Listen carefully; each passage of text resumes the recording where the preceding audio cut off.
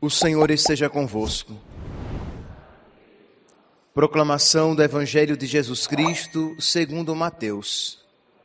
Naquele tempo, Jesus entrou na barca e seus discípulos o acompanharam. E eis que houve uma grande tempestade no mar, de modo que a barca estava sendo encoberta pelas ondas. Jesus, porém, dormia. Os discípulos aproximaram-se e o acordaram, dizendo: Senhor, salva-nos, pois estamos perecendo. Jesus respondeu: Por que tendes tanto medo, homens fracos na fé? Então, levantando-se, ameaçou os ventos e o mar, e fez-se uma grande calmaria. Os homens ficaram admirados e diziam: Quem é este homem que até os ventos e o mar lhe obedecem? Palavra da salvação. Caríssimos irmãos e irmãs, o Evangelho de hoje, retirado de São Mateus, o capítulo 8 de São Mateus, nos dá a ocasião de nós refletirmos a respeito daqueles acontecimentos para os quais nós não temos uma explicação clara. Nos dá ocasião de refletirmos a respeito da ação de Deus na nossa vida, quando nós não compreendemos a ação de Deus. Diz aqui, estamos no capítulo 8, diz que Jesus entrou na barca e seus discípulos o acompanharam. Isto é, os discípulos entraram na barca porque estavam acompanhando Jesus. Eles estavam seguindo Jesus, porque Jesus entrou na barca, eles entraram também. E Jesus sabia que aquela barca seria submetida, sofreria uma grande tempestade. E Jesus entrou na barca e levou consigo os seus apóstolos. Nós poderíamos aqui nos perguntar, por que Jesus conduziu os apóstolos para a barca, quando Jesus sabia que haveria uma grande tempestade? Jesus poderia ter evitado, mas Jesus entra na barca, com isso atrai para si os apóstolos que entram e vão sofrer aquela tempestade. E Jesus, ele entra na barca e atrai os apóstolos porque ele quer que os apóstolos cresçam na fé e no amor. Aqui, meus irmãos, saibamos, quando nós vivemos na fé, quando nós vivemos na amizade com o nosso Senhor, dificuldades, problemas, tribulações acontecerão, mas se o Senhor permitir tais dificuldades, Ele tirará um bem maior, e esta fé, ela não precisa ser sentida, ela precisa apenas ser acolhida. Isto é, eu creio, Senhor, eu creio nesta verdade, eu creio que se eu estou contigo, até as coisas mais tristes podem ser vividas com a certeza de que grandes graças me visitarão por causa daquela dificuldade. Então isso não é sentimento. O seu coração pode estar atribulado como esta barca agitada pelo vento, mas você, nesta verdade, você crê. Você alicerça a sua vida, de modo que no mais profundo da sua alma, você pode encontrar paz, mesmo que ao redor as coisas estejam bem agitadas. Pois bem, então, diz aqui que os apóstolos entram na barca, Jesus os conduz à barca, porque Jesus quer fazê-los crescer na fé e no amor. E diz então, versículo 25, que quando a barca começou a ficar agitada, sendo saculejada pelas águas, eles sofrendo, experimentando aquele forte vento contrário, diz aqui que Jesus dormia na barca. Os discípulos aproximaram-se e o acordaram dizendo: Senhor, salva-nos, estamos perecendo. Aqui, meus irmãos, é aquela experiência que nós às vezes experimentamos de Deus aparentemente distante. Isto é, até o sono de nosso Senhor, isto é, a sua aparente distância, era providencial. Jesus parecia dormir para despertar neles uma fé maior, uma confiança maior em nosso Senhor, mesmo quando nosso Senhor não parece estar presente. Isso é um ensinamento para nós. Isto é, quando a tribulação, a dificuldade, quando uma grande tempestade visitar a nossa vida, nós somos chamados a, mesmo sem sentir, mesmo sem perceber a presença de nosso Senhor, nós somos chamados a dizer: Senhor, eu creio que Tu estás comigo e que Tu és Rei, que Tu estás regendo toda esta situação. Eu não Te vejo, Senhor, porque eu estou tão agitado, eu estou tão agitada, que eu não consigo perceber a Tua presença. Ou eu estou chorando tanto, isto é, sofrendo, que eu não consigo Te ver. Santo Agostinho diz, né, que quem chora não vê. Quando você chora, a sua visão fica turva, fica distorcida pelas lágrimas. Quando não até, você não vê absolutamente nada, porque você leva as mãos ao rosto quando você chora. Então quem chora não vê. Quando estamos sofrendo, a visão fica distorcida. Então, mas você, mesmo em meio a esta cegueira circunstancial, você dá o passo na fé e diz: Senhor, eu creio, Tu estás comigo. No mundo tereis tribulações, mas coragem, eu venci o mundo, diz nosso Senhor. E eu estarei convosco todos os dias, até o fim do mundo. Então aqui, meus santos, é a ocasião para nós crescermos na fé. Porque, é claro, ter fé, quando tudo está ok e maravilhoso na nossa vida, é fácil. Ter fé, quando estamos tendo arroubos espirituais, arrepios místicos é ótimo, né? É fácil.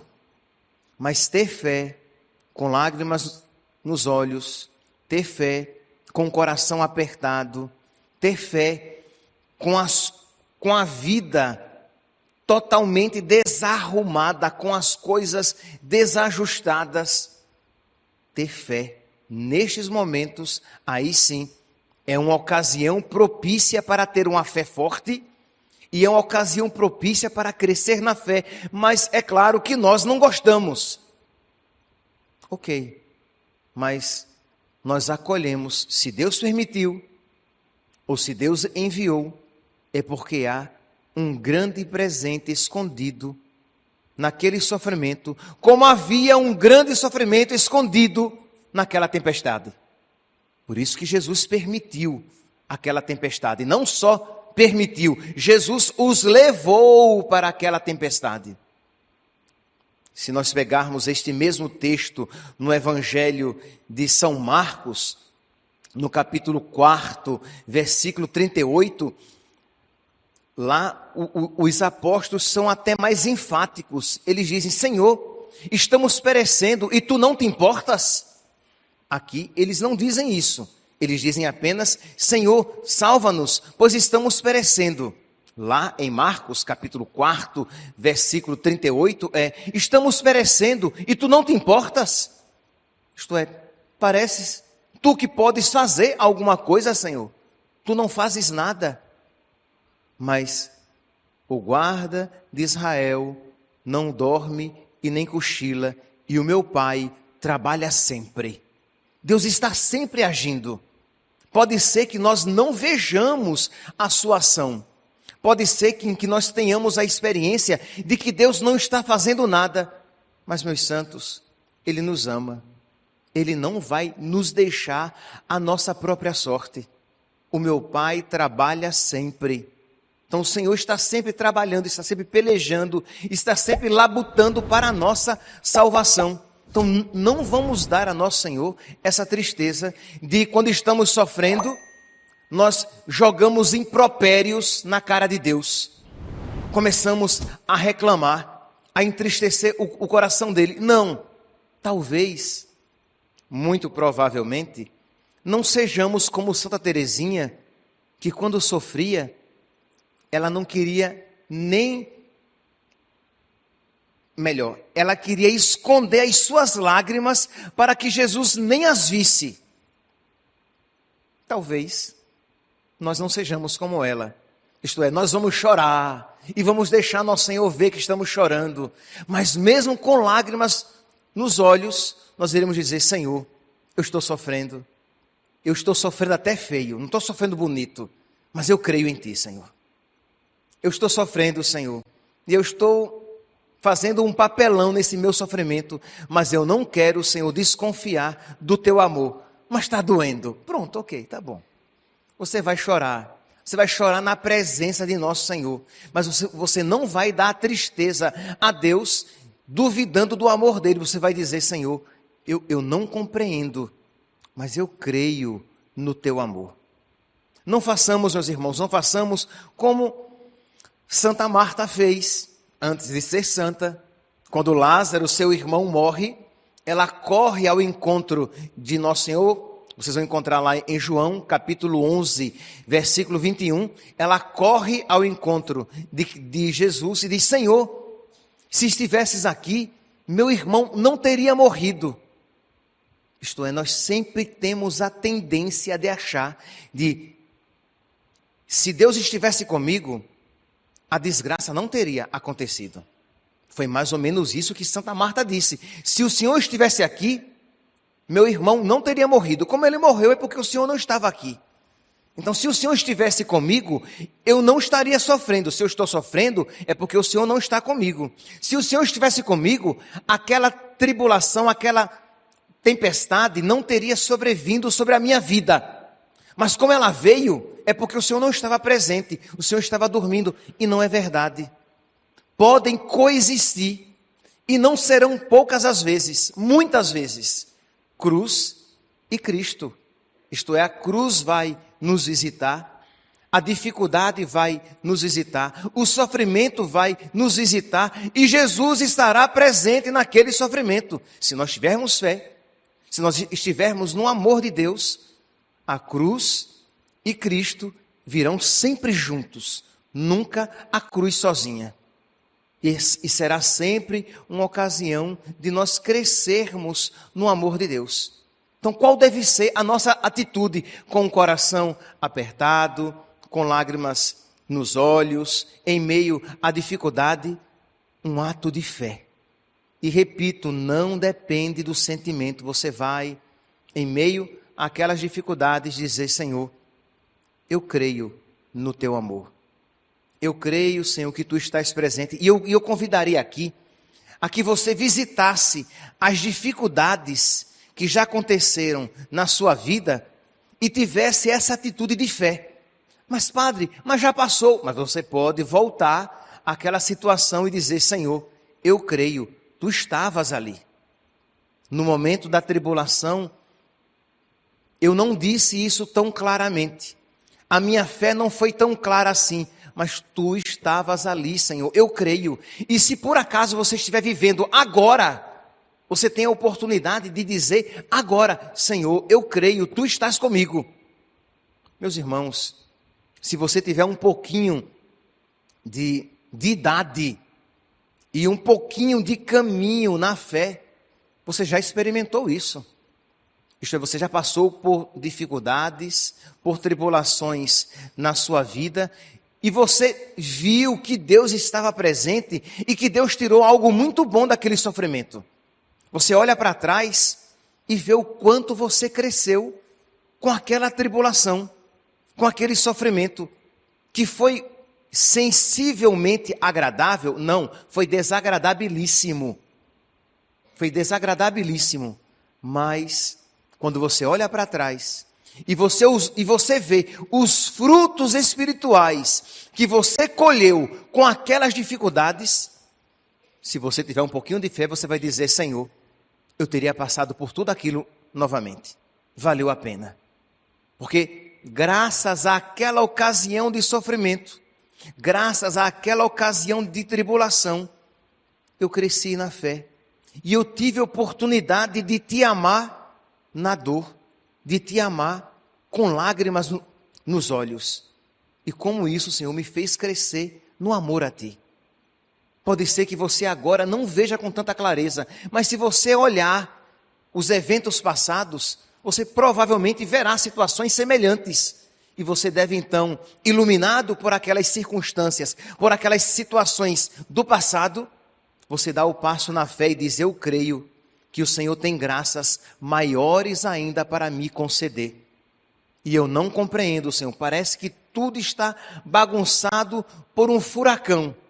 Mas eu creio que tu estás presente. E foi exatamente isso que Jesus pediu dos apóstolos. Diz aqui, eles acordaram Jesus, os discípulos aproximaram-se e o acordaram dizendo: Senhor, salva-nos, pois estamos perecendo. Jesus respondeu: por que tendes tanto medo, homens fracos na fé?